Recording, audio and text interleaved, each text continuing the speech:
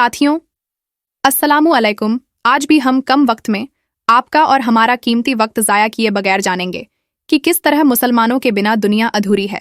China, रूस के बाद फ्रांस का यूटर्न और म्यांमार, श्रीलंका के बाद इजराइल की तबाही से लेकर भारत के चुनाव तक। तो बने रहे हमारे साथ आखिर तक। आप देख रहे हैं SD24।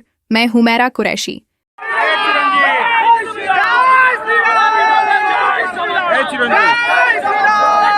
अस्सलाम वालेकुम। वालेकुम अस्सलाम।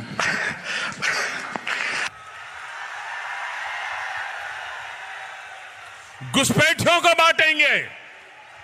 क्या आपकी मेहनत की कमाई का पैसा घुसपैठियों को दिया जाएगा?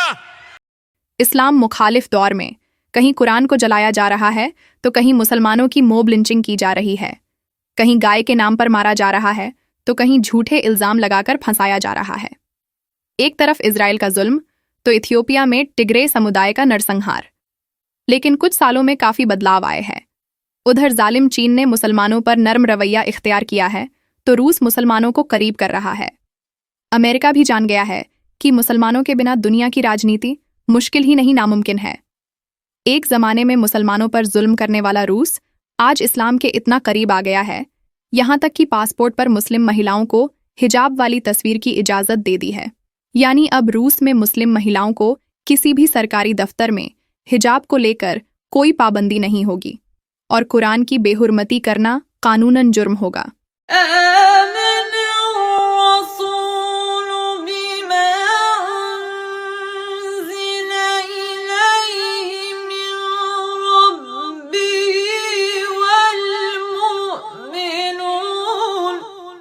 इसके साथ ही पिछले 10 साल से रूस ने तुर्की, UAE, सऊदी अरब, ईरान, अफगानिस्तान और चेचन से गहरे रिश्ते बनाए और आज सुपर पावर मुल्क है रूस। अपनी जान पर खेलकर रूस की हिफाजत चेचन के मुसलमान कर रहे हैं। रूस ने यूरोप को लात मारी और अरब मुल्कों को साथ लिया और आज रूस के राष्ट्रपति व्लादिमीर पुतिन यूरोप के लिए सरदर्द, अमेरिका के लिए खाहांतरा बने हुए हैं। SD24 न्यूज़ को फाइनेंशियल सपोर्ट करने के लिए जनाब रईसुद्दीन, मोहम्मद जाकिर साहब समेत उन सभी मान्यवरों का शुक्रिया जिन्होंने छोटे बड़े अमाउंट से सपोर्ट किया और हमेशा करते रहते हैं। पश्चिमी मीडिया जिस चाइना को उइगर मुसलमानों का कातिल बताती थी, चाइना को मुसलमानों पर जुल्म करने वाला तानाशाह बताती थी। आज उसी चाइना ने उइगर मुसलमानों को एक ऊंचे मुकाम पर बैठाया। उइगर मुसलमानों का राज्य शिनजियांग दुबई से कम नहीं। चाइना ने शिया ईरान से सुन्नी अरब की दोस्ती करवाकर मगरिबी मुल्कों ने शिया सुन्नी में डाली हुई दरार को मिटाया। 2021 में आज़ाद हुए अफगानिस्तान में बड़े पैमाने पर इन्वेस्टमेंट किया और अफगानिस्तान को कर्ज से आज़ादी दिलाई।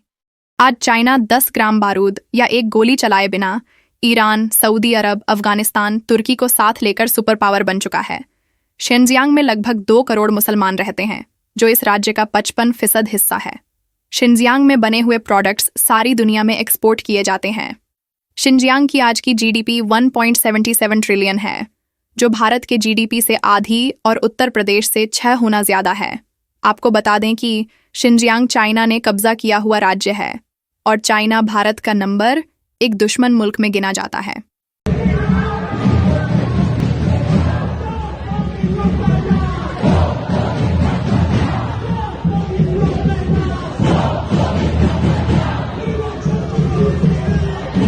चार्ली हेब्दो जैसी घिनौनी मीडिया के जरिए पैगंबरे इस्लाम के शान में गुस्ताखी और 24 घंटे इस्लाम के खिलाफ जहर उगलने वाले फ्रांस को भी अक्ल आ गई।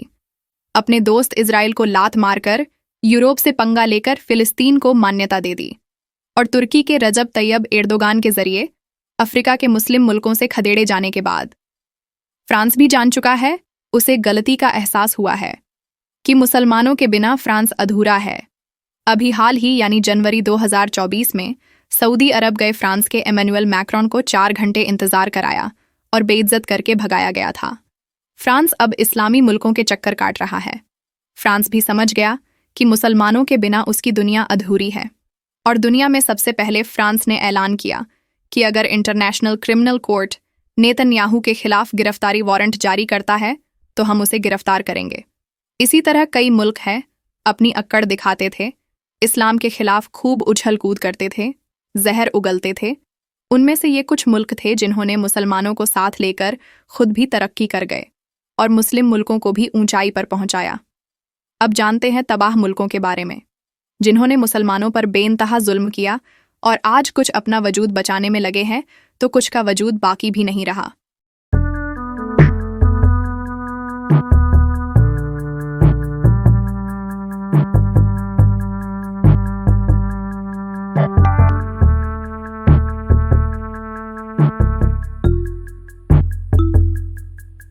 मुसलमानों को लेकर विवादित मुल्कों में श्रीलंका भी बहुत झंडे गाड़ चुका है। हिजाब बैन, अजान बैन, मस्जिदों में तोड़फोड़ जैसी घटिया हरकतों में श्रीलंका का नाम बहुत चर्चा में रहता था।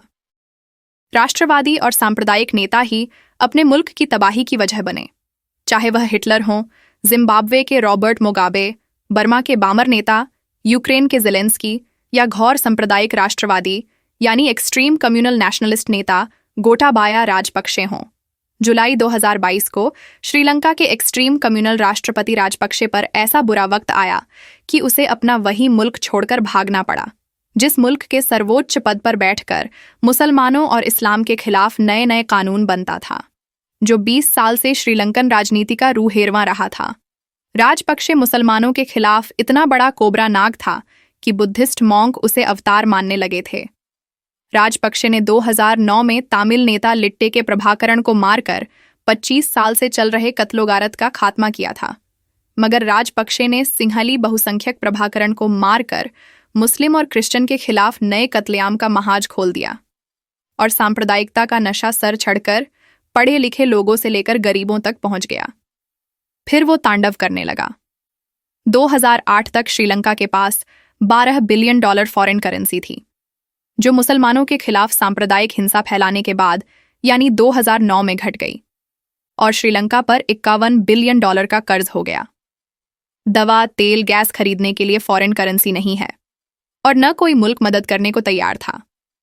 10 जुलाई 2022 को श्रीलंका के प्रधानमंत्री रानिल विक्रमासिंघे के खानदानी मकान को सिंहली लोगों ने जला दिया और वो इस्तीफा देकर श्रीलंका छोड़कर भाग गया।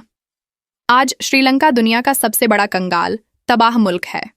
श्रीलंका की घटना अभी या फ्यूचर के राष्ट्रवादी, कम्युनल नेता और जनता के लिए हिस्टोरिकल एग्जाम्पल्स है। अब बात करेंगे तबाह म्यांमार की, उसके बाद बहुत कुछ अहम जानकारी।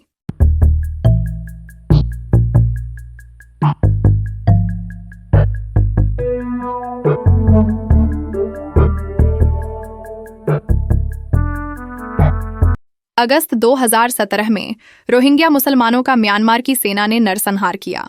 उसके बाद लाखों मुस्लिम बॉर्डर पार कर बांग्लादेश चले गए और आज तक वह बांग्लादेश में शरणार्थी की जिंदगी गुजार रहे हैं। 2021 में म्यांमार की सेना ने प्रधानमंत्री आंग सान सूची की सरकार का तख्ता पलटकर सत्ता पर कब्जा किया।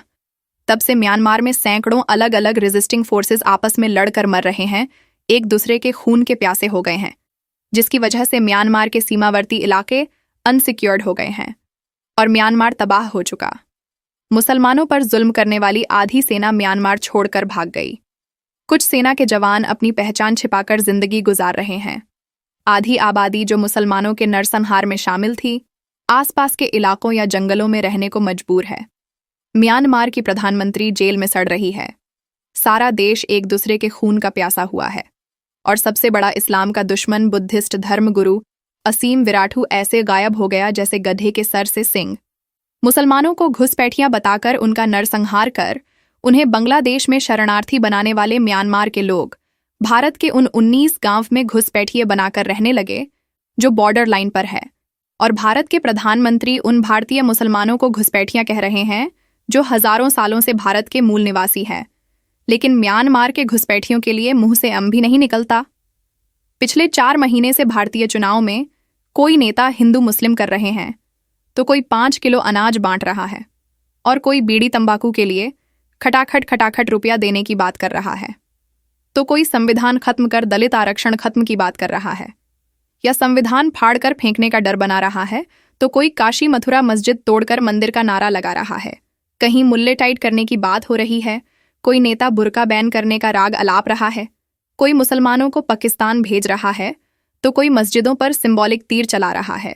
कोई कह रहा है कि 6 महीनों में पोके हमारा हो जाएगा, लेकिन चाइना के घुसपैठ पर बात करने की किसी में हिम्मत नहीं, इसीलिए मुसलमानों को घुसपैठियां कहा जा रहा है।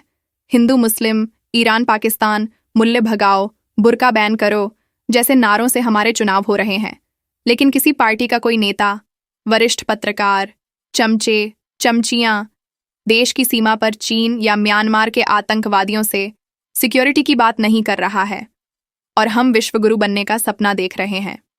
पीओके हमारा है, हम उसे लेकर ही रहेंगे, इसमें कोई दो राय नहीं।